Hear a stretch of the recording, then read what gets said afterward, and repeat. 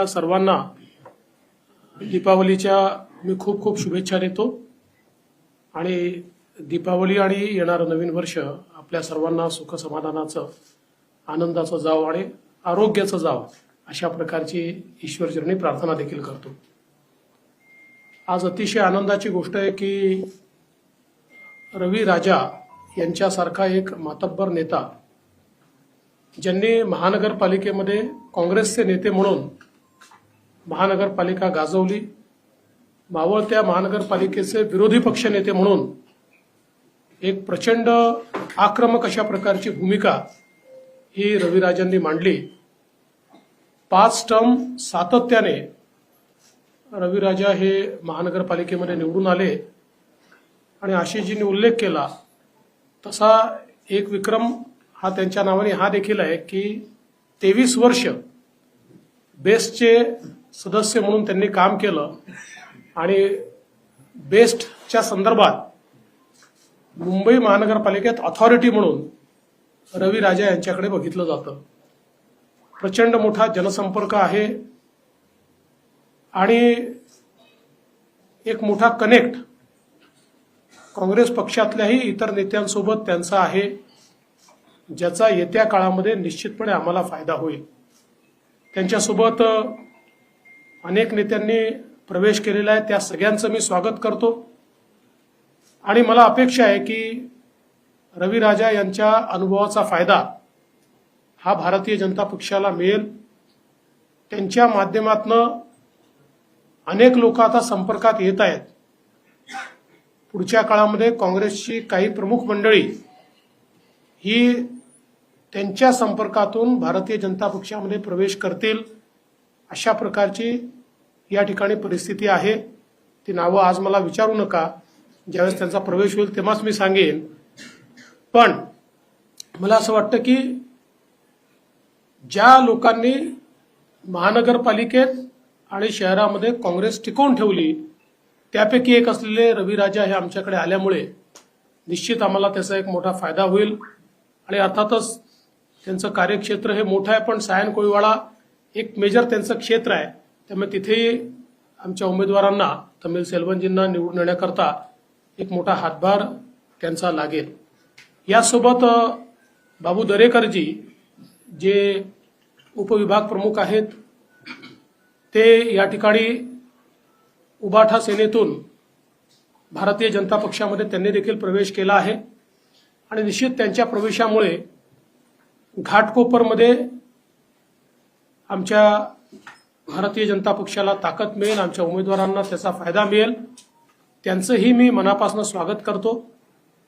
येत्या काळामध्ये अनेक चांगले नेते हे भारतीय जनता पक्षामध्ये प्रवेश करताना आपल्याला दिसतील आणि एक प्रकारे जनतेच्या मनामध्ये आता विश्वास तयार व्हायला लागलेला आहे की पुन्हा एकदा महायुतीचंच सरकार हे सत्तेमध्ये येणार आहे आणि त्यामुळे एक सकारात्मकता महायुतीच्या संदर्भात ही आम्हाला देखील जनतेमध्ये पाहायला मिळते।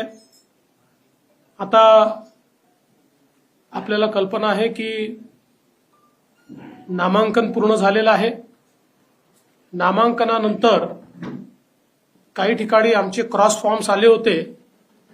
काल त्या संदर्भात माननीय मुख्यमंत्री एकनाथराव शिंदेजींच्या घरी आमची बैठक झाली। त्या बैठकीमध्ये अजितदादाही होते, मी होतो, आमचे बावनकुळेजी, तटकरेजी, प्रफुल्लभाई सगळे आम्ही बसून जवळपास सगळे इश्यूज आम्ही संपवलेले आहेत। त्यामुळे आता त्या संदर्भातले कुठलेच इश्यू आमचे शिल्लक नाही। त्याचं प्रत्यंतर तुम्हाला आज आणि उद्यामध्ये दिसेल आणि जे परत घेतले पाहिजे असे क्रॉस फॉर्म्स सगळे परत होतील। आता आमचा प्रयत्न असा आहे की काही ठिकाणी क्रॉस बंडखोरी आहे, म्हणजे एकमेकाच्या उमेदवारासमोर लोक उभे झालेले आहेत, त्याही संदर्भात आम्ही एक नीती त्याची तयार केलेली आहे आणि तिन्ही पक्ष मिळून अशा प्रकारे ज्यांनी त्या ठिकाणी तिकीट नसताना उमेदवारी भरली आहे त्यांना परत घेण्याचा प्रयत्न आमचा असणार आहे। पक्षांतर्गतही काही ठिकाणी अशा प्रकारचे आमचे कार्यकर्ते उभे झालेले आहेत त्यांना विश्वासात घेऊन आणि योग्य प्रकारे त्यांच्याशी चर्चा करून त्यांनाही परत घ्यायला कसं लावायचं असा आमचा प्रयत्न असेल. कालच्या एकूणच जे काही आता उमेदवारी अर्ज परवा जे सगळे पूर्ण झाले त्याच्यामध्ये आणि काल स्क्रुटिनीनंतर आम्हाला अपेक्षित असे सगळे अर्ज वैध झालेले आहेत. त्यामुळे आता मला असं वाटतं की दिवाळी 2 दिवस आहे, त्यानंतर साधारण 4-5 तारखेनंतर जोराने प्रचार सुरू होईल. त्याच्याकरता पूर्ण तयारीत आम्ही आहोत आणि अशा वेळी चांगली लोक भारतीय जनता पक्षात प्रवेश करतायत. मी त्यांचं सर्वांचं मनापासून स्वागत करतो.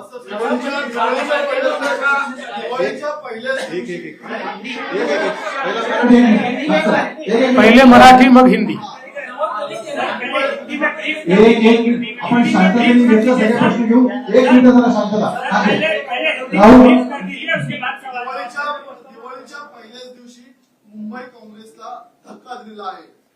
येणाऱ्या काळामध्ये आणखी काही दिवसामध्ये काँग्रेसच्या प्रदेश नेतृत्वामध्ये काही धक्का मिळू शकतो का, असं काय पाहायला मिळू शकतं का?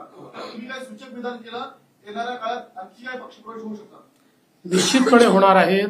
काही चांगले पक्षप्रवेश हे अजून भारतीय जनता पक्षामध्ये होऊ शकतात. तुम्ही त्याची वाट पहा, आज मला विचारू नका. पक्षातील काही लोकांनी अपक्ष म्हणून अर्ज भरलेला आहे, त्यामध्ये गोपाळ शेट्टी काही जागा हे आमचा निश्चितपणे प्रयत्न आहे. बघा, शेवटी गोपाळ शेट्टी हे भारतीय जनता पक्षाचे एक अतिशय प्रामाणिक अशा प्रकारचे सैनिक राहिले आहेत. ते अनेक वेळा आग्रही असतात, पण शेवटी पक्षशिस्त ते मान्य करतात. त्यामुळे आमचा हा प्रयत्न असेल की सगळी परिस्थिती त्यांना समजून सांगावी आणि त्यांनी नेहमी जी भूमिका घेतली आहे भारतीय जनता पक्षाच्या मागे उभं राहण्याची, तीच भूमिका त्यांनी घ्यावी अशा प्रकारचा आमचा प्रयत्न असेल.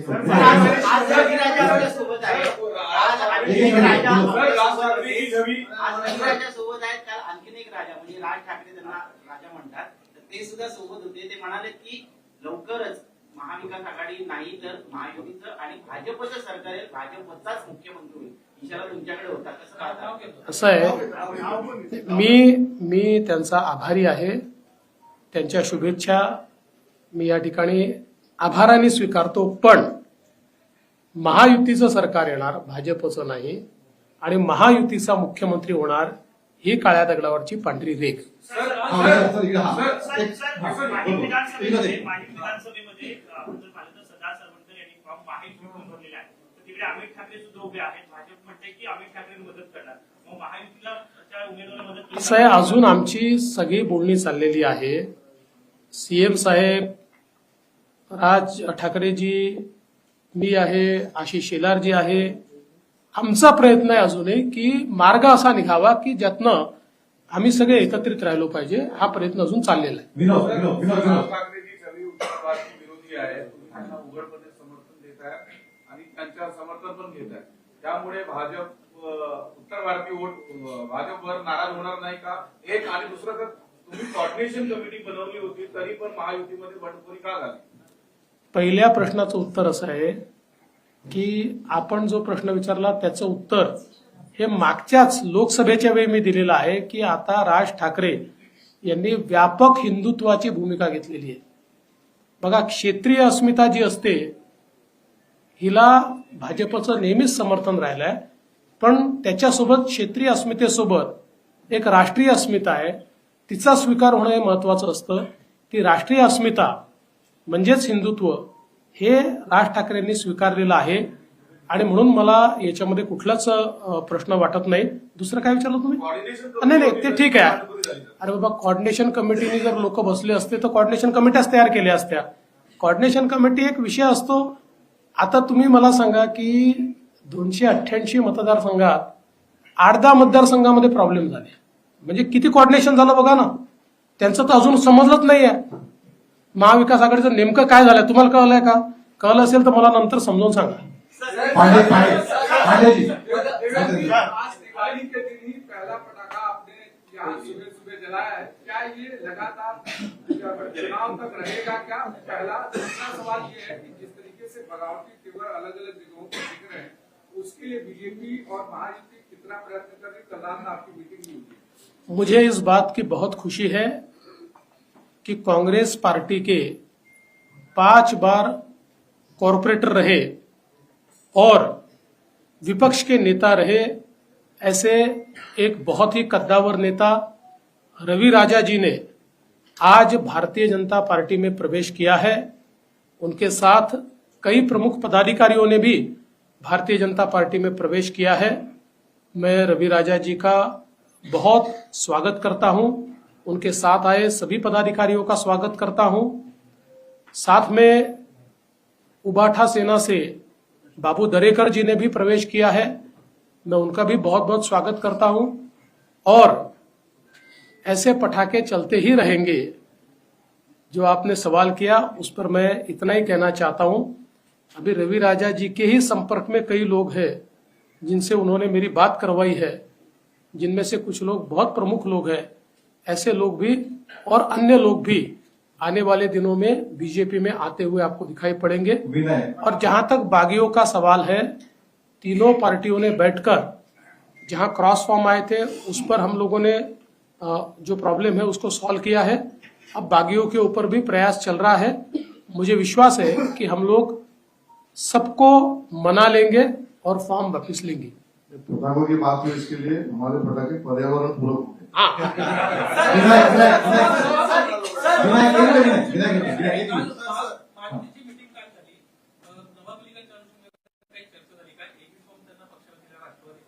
मला असं वाटतं याच्यावरची अधिकृत भूमिका आशिष शेलारांनी काल मांडली, त्याच्यानंतर मी देखील ती भूमिका अधिकृत आहे हे सांगितलेलं आहे।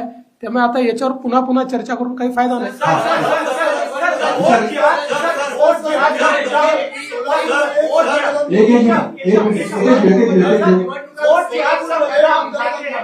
All India Muslim personal law board के मौलाना सज्जाद आज मनोज जरांगी पाटिल से मिल रहे हैं। आपके खिलाफ, बीजेपी के खिलाफ एक एंटी फ्रंट बनाने का प्रयास all India Muslim personal law board द्वारा किया जा रहा है, उस पर आपका क्या कहना है? देखिए, डेमोक्रेसी है, लोकतंत्र है। लोकतंत्र में जिसको फ्रंट बनाना है बनाए, जिसको बैक बनाना है बनाए, जिसको जो बनाना है बनाए। सवाल ये उठता है कि महाराष्ट्र की जनता किसका साथ देने वाली है। मुझे पूरा विश्वास है कि महाराष्ट्र की जनता ने महायुति को समर्थन देने का तय किया है।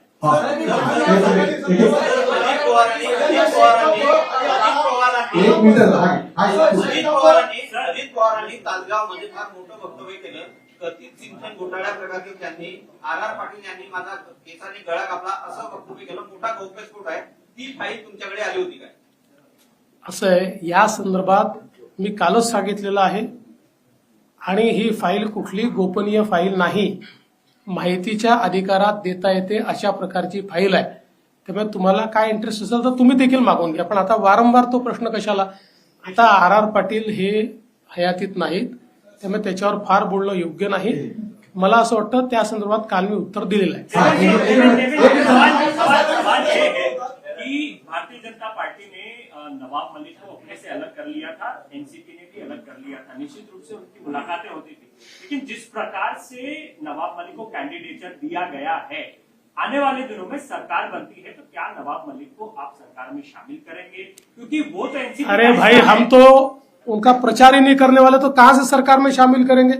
हमने हमारी अधिकृत भूमिका कल बता दी है कि हम लोग उनका प्रचार नहीं करेंगे। उनके खिलाफ शिवसेना का उम्मीदवार है, उस उम्मीदवार का प्रचार भारतीय जनता पार्टी और शिवसेना करेगी। लेकिन नवाब मलिक की बेटी के खिलाफ, नवाब मलिक की बेटी के खिलाफ महायुति का कैंडिडेट क्यों? शिक्षक आहे, त्यांच्या पगारवाढीचा निर्णय घेण्यात आला होता, मात्र काही त्याच्यामध्ये त्रुटी आहे, ती पडताळणी करायची आहे, त्या निर्णयाला ब्रेक दिली गेली आहे। काय नेमकी याच्यामध्ये सविस्तर माहिती?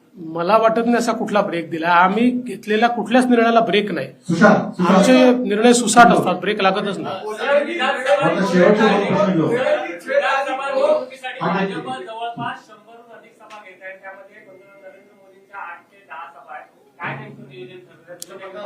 नाही, असं आहे की भारतीय जनता पार्टी आणि सगळेच पक्ष निवडणुकाच्या निमित्ताने सभा घेत असतात। आमची राष्ट्रीय पार्टी आमच्याकडे अतिशय पॉप्युलर अशा प्रकारचं नेतृत्व आहे, लोकांना हवं असं वाटणारं नेतृत्व आहे। त्यामुळे निश्चितपणे मोदीजी असतील, अमित भाई शाह असतील, नड्डाजी असतील किंवा आमचे मुख्यमंत्री असतील, किंवा गडकरी साहेब असतील, असे जे राष्ट्रीय स्तराचे राजनाथ सिंगजी असतील, राष्ट्रीय स्तराचे नेते असतील किंवा आमचे मुख्यमंत्री असतील, आम्ही कोणाकोणाला बोलवणार आहे हे फार सोपं आहे. तुम्ही आमची 40 लोकांची स्टार प्रचारकांची यादी बघा.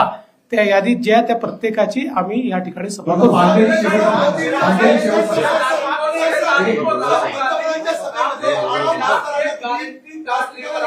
क्या? 6 तारीख को राहुल गांधी मुंबई में गारंटी कार्ड लॉन्च कर रहे हैं और महायुति को के गारंटी कार्ड जो भी है जो योजनाएं चल रही है उसके ऊपर सीट करके एक्स्ट्रा बहुत सारी चीजें लेकर ऐसा कांग्रेस दावा कर रही है.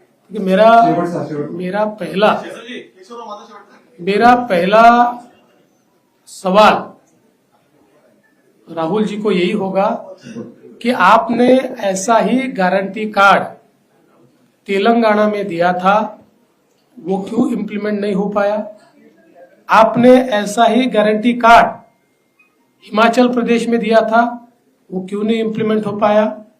आपका गारंटी कार्ड ये राजस्थान में और छत्तीसगढ़ में फेल हो गया, इसलिए लोगों ने आपको फेल कर दिया. तो ये गारंटी कार्ड का ढकोसला लेकर जो वो आ रहे हैं उसकी क्रेडिबिलिटी जीरो है. तुषार लास्ट काँग्रेसने कट केलेला आहे. मोदींच्या व्यासपीठावरती ते दिसलेले होते. तुम्ही मोठा कार्यक्रम घेतलेला होता घराचे चावी वाटप. आधी शेकापचे जयंत पाटील, आता डाव्या पक्षातील आढावा मास्तर. महायुती अशा लोकांना संधी देणार का, जवळ करणार? आडम मास्तरांना चांगले लोक कोण आहेत आणि वाईट कोण आहेत याची ओळखच पटली नाही. ते आमच्या विरोधी विचाराचे असताना देखील गरीबाला घर दिलं पाहिजे म्हणून 30,000 घरं आम्ही त्यांच्या संस्थेच्या मार्फत बांधून दिली. 30,000 घरं. आणि आउट ऑफ द वे जाऊन गरीबाकरता त्याला ऍडिशनल पैसा देणं, त्या ठिकाणी सोयी करणं, या सगळ्या गोष्टी आम्ही केल्या. तरी देखील लोकसभेच्या वेळी त्यांना काँग्रेसने चॉकलेट दिलं, ते काँग्रेससोबत गेले. आता त्यांच्या लक्षात आलं, आता ठीक आहे, आता ते त्यांनी ठरवायचं आहे काय करायचं आहे ते.